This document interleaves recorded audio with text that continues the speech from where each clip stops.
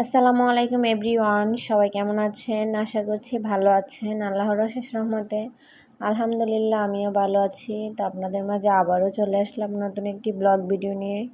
আমার ব্লগটা হচ্ছে আমি সকালবেলা থেকে এখানে স্টার্ট করেছি। আমি এখানে মাংস নামিয়েছি, রান্না করব। অনেকগুলা মহিষের মাংস নামিয়ে হচ্ছে পানি জড়িয়ে তারপর হচ্ছে এখানে আমি হাতে মাখিয়ে রান্নাটা করব। আমি সবসময় মাংস হাতে মাখিয়ে রান্না করি। এভাবে রান্না করলে হচ্ছে মাংসের টেস্ট আলাদা হয়। তাই তো আমি অনেকটাই নামিয়েছি। আজকে মাংস হচ্ছে ফ্রিজে রেখে দিব। তো আমি হচ্ছে এই তো রান্না করে ফেলেছি। তো ভিডিওটা হচ্ছে আমি রাত্রে করি, দুপুরবেলা ভিডিও করি নাই। তো এটা হচ্ছে আজকে রান্না বান্না ছিল, মহিষের মাংস আর হচ্ছে টক ছিল। তো রাত্রে হচ্ছে আমি ভিডিওটা শ্যুট করি। তারপর হচ্ছে পরদিন সকাল থেকে আবার ভিডিও স্টার্ট করি। এখানে হচ্ছে আমার হাজব্যান্ড হচ্ছে বাজারে গিয়েছিল নদীর মাছ আনার জন্য। তো হচ্ছে চলে যাবে, শেষবারের মতো আমাদেরকে নদীর মাছ এনে খাইয়ে যাচ্ছে। এই তো এখানে বড় বড় চিংড়ি ছিল, ছোট চিংড়ি ছিল, তারপরে ছিল আরও অনেক জাতের মাছ ছিল, ছোট মাছ।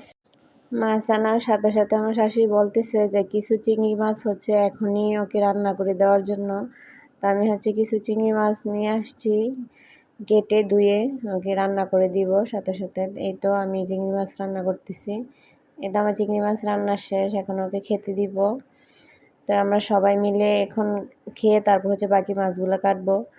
তারপর আমি চলে আসলাম এখানে আদা রসুন পেস্ট করব। কিছু আদা রসুন আমি কেটে রেখেছিলাম, তো এটা হচ্ছে এখন পেস্ট করব।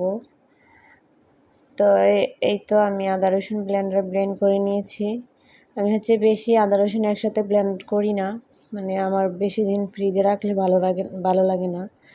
তো এখানে হচ্ছে মাছগুলা হচ্ছে কেটে ধুয়ে তারপর ঘরে নিয়ে আসলাম। এখন হচ্ছে আমি ফ্রিজে রেখে দিব। মাছগুলো খুবই টাটকা এবং খুব সুন্দর ছিল, মানে নদীর মাছ তো মানে সাথে সাথেই নিয়ে আসছে, মানে অনেক সুন্দর ছিল, টাটকা। তো আমি কিছু মাছ হচ্ছে আজকে দুপুরে রান্না করার জন্য রেখে বাকিগুলো ফ্রিজে রেখে দেব। এখন হচ্ছে এই যে দুপুরে রান্না বান্না করতেছি, কিছু মাছ আমি রেখেছি রান্না করার জন্য। আজকে দুপুরে রান্না করব হচ্ছে মাছ দিয়ে তরকারি, আর হচ্ছে দেশি মুরগি দিয়ে আলু দিয়ে রান্না করব। আমাদের ঘরের পালিত মুরগি জবাই করেছে, তো এটা রান্না করব। আর হচ্ছে মাছ। তো এটা তরকারি আমার প্রায় কষানো শেষ, এখন হচ্ছে আমি ঝোল দিয়ে দিতেছি।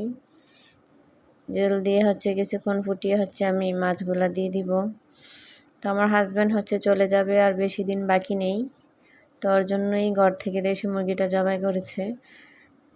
তো আর এই মাছ রান্না করতেছি। তো আমার মাছ রান্না প্রায় শেষ। তো কাঁচামরিচ দিয়ে দিলাম, এখন দিয়ে দিব ধনেপাতা।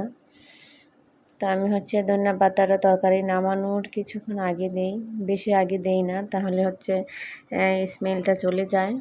তো নামানোর কিছুক্ষণ আগে দেই। তো এখন হচ্ছে আমি দেশি মুরগিটা হাতে মাখিয়ে নিব আদা রসুন দিয়ে। আমি সব মাংসই হাতে মাখিয়ে রান্না করি। এখানে হচ্ছে হাতে মাখিয়ে নিচ্ছি, আদা রসুন দিয়েছি প্রথমে। এখন হলুদের গুঁড়া, মরিচের গুঁড়া, ধনিয়া গুঁড়া, জিরার গুঁড়া সব কিছু দিয়ে হচ্ছে মাংসটাকে ভালোভাবে হাতে মাখিয়ে নিব। এখানে হচ্ছে আমি হাতে মাখিয়ে নিতেছি।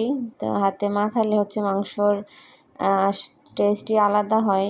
এভাবে কে কে মাখিয়ে মাংস রান্না করতে পছন্দ করেন কমেন্ট করে জানাবেন।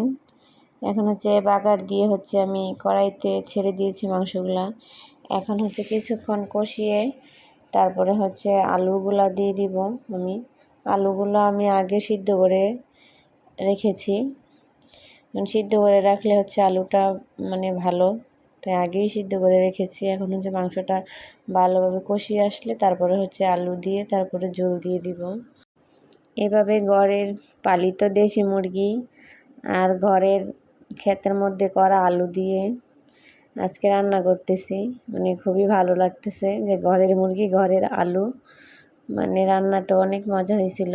দেশি মুরগি তো, দেশি মুরগির টেস্টই আলাদা, আবার হচ্ছে ঘরের পালিত মুরগি।